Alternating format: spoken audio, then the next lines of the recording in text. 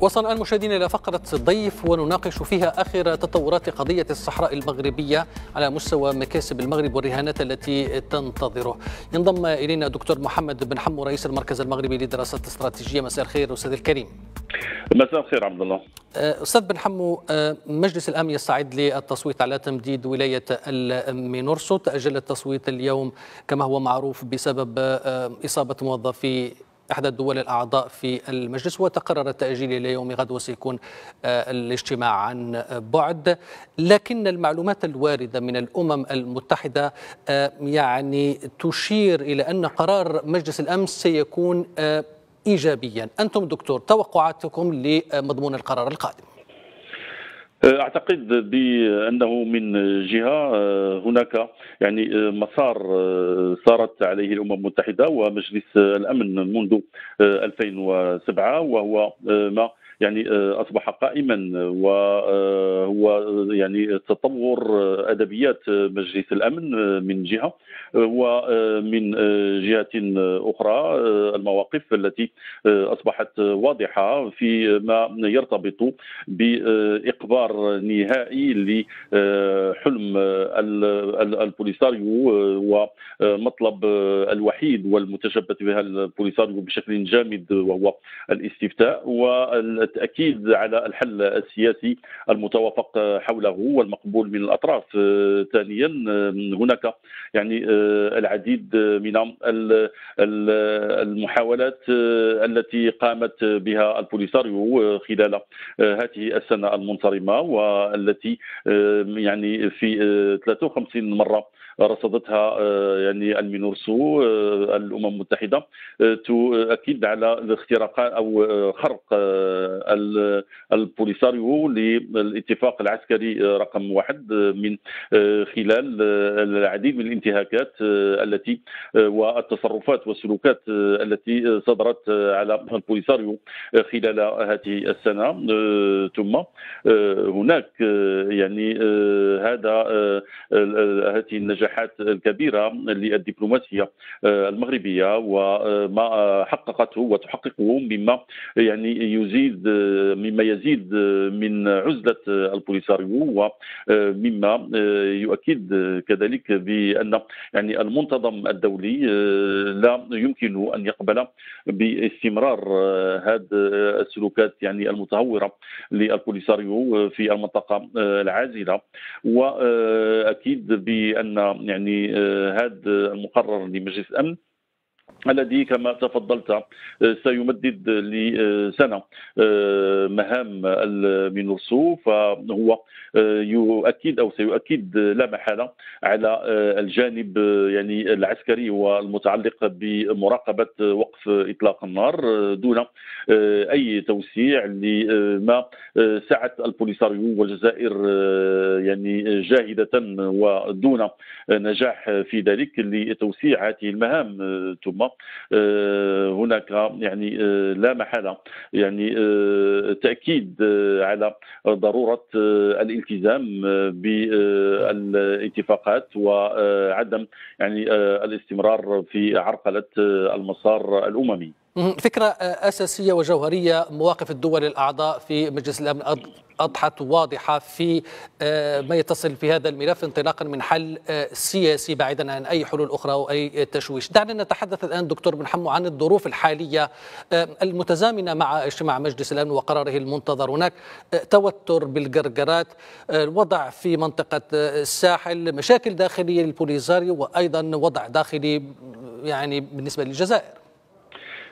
أكيد بأن الجزائر والنظام الجزائري يعيش في يعني عزلة خانقة، ويتخبط في الكثير من المشاكل بمختلف أنواعها، وبالتالي هو يسعى كعادته إلى تصدير مشاكله إلى المغرب وإلى خلق حالة توتر بالنسبة للبوليساريو. قيادة البوليساريو البوليساريو تعيش يعني على فوهة بركان، والمخيمات على صفيح ساخن، والمحتجزين بالمخيمات يعني اليوم يتحدون يعني قيادة البوليساريو، وكسروا جدار الخوف، وبالتالي البوليساريو كذلك تسعى إلى الدفع نحو التوتر لإبقاء على وهم يعني الانفصال، ولإعطاء ما يمكن أن تعطيه من بصيص ولو أنه غير موجود أمل للمحتجزين. ثم هناك الأوضاع في الساحل والصحراء التي تعرف تطورات فيما يرتبط بالجانب الأمني، وسواء يعني عودة التنظيمات الإرهابية للنشاط بعد أن هيكلت ونظمت نفسها، أو ما يرتبط كذلك بتنامي الجريمة الدولية العابرة للحدود في هذه المنطقة. فيما يرتبط بالجرجرات، البوليساريو يعني تسعى داخل المنطقة العازلة برمتها، وبالأساس يعني في معبر الجرجرات، إلى خلق حالة توتر، وهذا التوتر الذي تسعى إليه البوليساريو هو فقط يعني محاولة يائسة وبئيسة لأن تجعل الأضواء يعني تتوجه نحوها. أكيد بأن يعني هذا العمل المينورسو ترصده، وهي ترصد أننا أمام قطاع طرق، وأننا يعني أمام عصابات يعني البوليساريو تستخدمها كأننا أمام يعني تنظيمات، وهي فعلا تنظيمات للجريمة يعني المنظمة.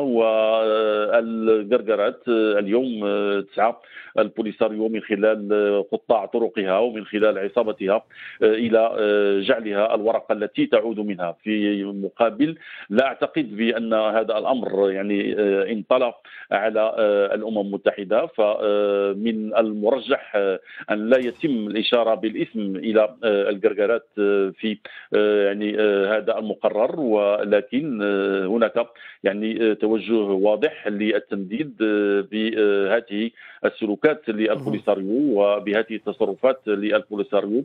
فبالتالي البوليساريو يعني تزرع فهي يعني تزرع الريح وستحصد العاصفة. وفي هذا السياق دكتور بن حمو، إذا كان القرار سيوجه تنبيها شديد اللهجة ضد السلوكات التي تقوم بها البوليساريو في منطقة الجرجرات، برأيك ما هي السيناريوهات التي تتوقعونها للبوليساريو بعد قرار مجلس الأمن وكل هذا الحراك الدبلوماسي الكبير للمغرب؟ أعتقد بأن البوليساريو يحتضر، وأن وهم الانفصال يعني قد أصبح سرابا لا يؤمن به يعني حتى من كانت لهم هذه القناعة الكبيرة في الانفصال. والمنتظم الدولي يسير في اتجاه واضح، وهو يعني الحل السياسي والمتوافق حوله. والمنتظم الدولي كذلك يعني أشار وسيشير لا محالة لمقترح الحكم الذاتي الذي قدمه المغرب، والذي يعني يعتبر مقترحا ذا جدية ومصداقية. فبالتالي كل ما يقوم به اليوم البوليساريو هي محاولات فقط يعني للضغط، ومحاولات لإظهار بأن يعني هذا التنظيم لا زال قائما بالمقابل على الأمم المتحدة أن تتحمل مسؤوليتها. لا يمكن للأمم المتحدة أن تظل فقط يعني فيما يرتبط بالتنديد أو بتوجيه توبيخ أو رسائل للبوليساريو. الاتفاق العسكري رقم 1 وقعته البوليساريو مع المينورسو، وبالتالي مع الأمم المتحدة. والمنطقة العازلة ليست كما تدعي البوليساريو أراضي محررة، هي يعني اراضي مغربيه خلف المنظومه الدفاعيه المغربيه، وضعها المغرب تحت يعني تحت مسؤوليه الامم المتحده. اذا كانت الامم المتحده يعني بعد كل ما تعرفه يعني المنطقه في هذه اللحظه غير قادره على يعني تحمل مسؤوليتها، لا اعتقد بان المغرب يعني سيسمح للتمادي في هذا التهور، ولا اعتقد بان المغرب يعني سيسمح لعصابات ان تعبث يعني الامن وبالسلامه، سواء للتجاره او كذلك للاشخاص يعني البضائع، لاننا نلاحظ بان الكثير من السائقين تعرضوا لاعتداءات، والكثير من يعني البضائع اعترضت للاتلاف. فبالتالي ما تقوم به عصابه البوليساريو اليوم قد تدفع يعني لا محاله يعني ثمنا له غد. فعلى الامم المتحده ان تتحمل مسؤوليتها، ولا اعتقد بان المغرب سيسمح بان تكون هناك حاله فوضى. مع كل هذا التشويش للخصوم والتهور كما قلتم، فكرة أساسية أتيتم على ذكرها، مخطط الحكم الذاتي. يعني هذا الحل تتجدد أهميته في الوقت الراهن كحل براغماتي وواقعي لهذا الملف بشهادة الجميع. ما المطلوب من المغرب اليوم للقيام به لتدعيم هذا المخطط وهذا الحل وتنزيله بشكل أكبر على أرض الواقع في ظل رفض الأطراف الأخرى والخصوم لأي حل لهذا الملف؟ أعتقد بأن المغرب يسير في مسيرة بناء وحدته الترابية، وفي مسيرة النماء، وفي مسيرة الديمقراطية كذلك يعني المحلية والديمقراطية التشاركية، ويسير في طريق كذلك تدعيم وتقوية التمثيلية لساكنة الأقاليم الجنوبية المغربية. وبالتالي يعني قطار الوحدة يسير، وإن كانت يعني أطراف خارجة يعني السكة تعوي، فهذا القطار أكيد بأن المغرب قدم مقترح الحكم الذاتي للأمم المتحدة، وينتظر كذلك من الأمم المتحدة يعني أن يكون هناك يعني اتجاه لإنهاء هذا يعني هذا الوضع وفق هذا المقترح. فيمكن اعتبار بأنه من جهة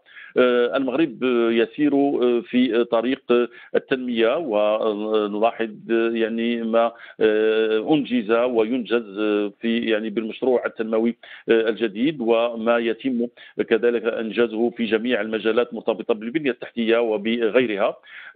في المقابل المغرب لا يريد أن يستبق ربما امور مرتبطه بمقترح الحكم الذاتي، وان كان في الواقع التمثيليه الحقيقيه لساكنه الاقاليم الجنوبيه هي التمثيليه المنتخبين على مختلف المستويات يعني المؤسساتيه لهؤلاء، والحضور الحقيقي والفعلي يعني للمواطنين المنحدرين من الاقاليم الجنوبيه هو داخل هذه الاقاليم نفسها. فبالتالي عواء البوليساريو ويعني ما يدعيه البوليساريو من تمثيليه وسلوكات البوليساريو، اعتقد بانه حان الوقت لان يرفض التعامل مع عصابه لا تلتزم يعني اي مواقف، وعصابة كذلك لا سيادة لها على قرارها ولا تمثيلية لها للساكنة. الآن أستاذ الكريم، وكما تلاحظون الدبلوماسية المغربية تتحرك، تحقق مزيد من المكاسب على الأرض على مستوى إعلان عن فتح قنصليات جديدة بالداخل والعيون. برأيك كيف يمكن أن تؤثر هذه المبادرات على إدارة الأمم المتحدة الآن لملف الصحراء؟ أكيد بأنها يعني مسيرة جديدة، أكيد بأنها يعني اكتساح دبلوماسي كبير، أكيد بأنها يعني أفعال ملموسة تؤكد من خلالها هذه الدول الإفريقية وكذلك الدولة العربية وهي الإمارات العربية المتحدة التي عبرت عن يعني هذه النية في فتح قنصلية، وهو ربما سيتم قريبا ولا محالة.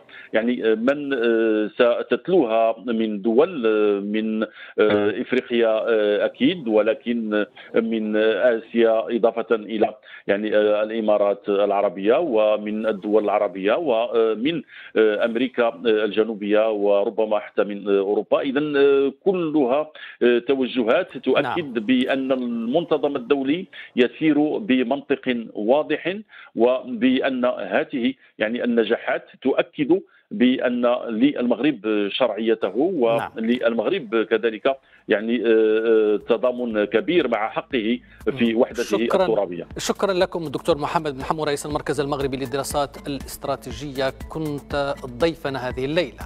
الشكر أيضا موصولكم مشاهدينا على كرم المتابعة. ألتقيكم على رأس الساعة القادمة، فتفضلوا بالبقاء معنا.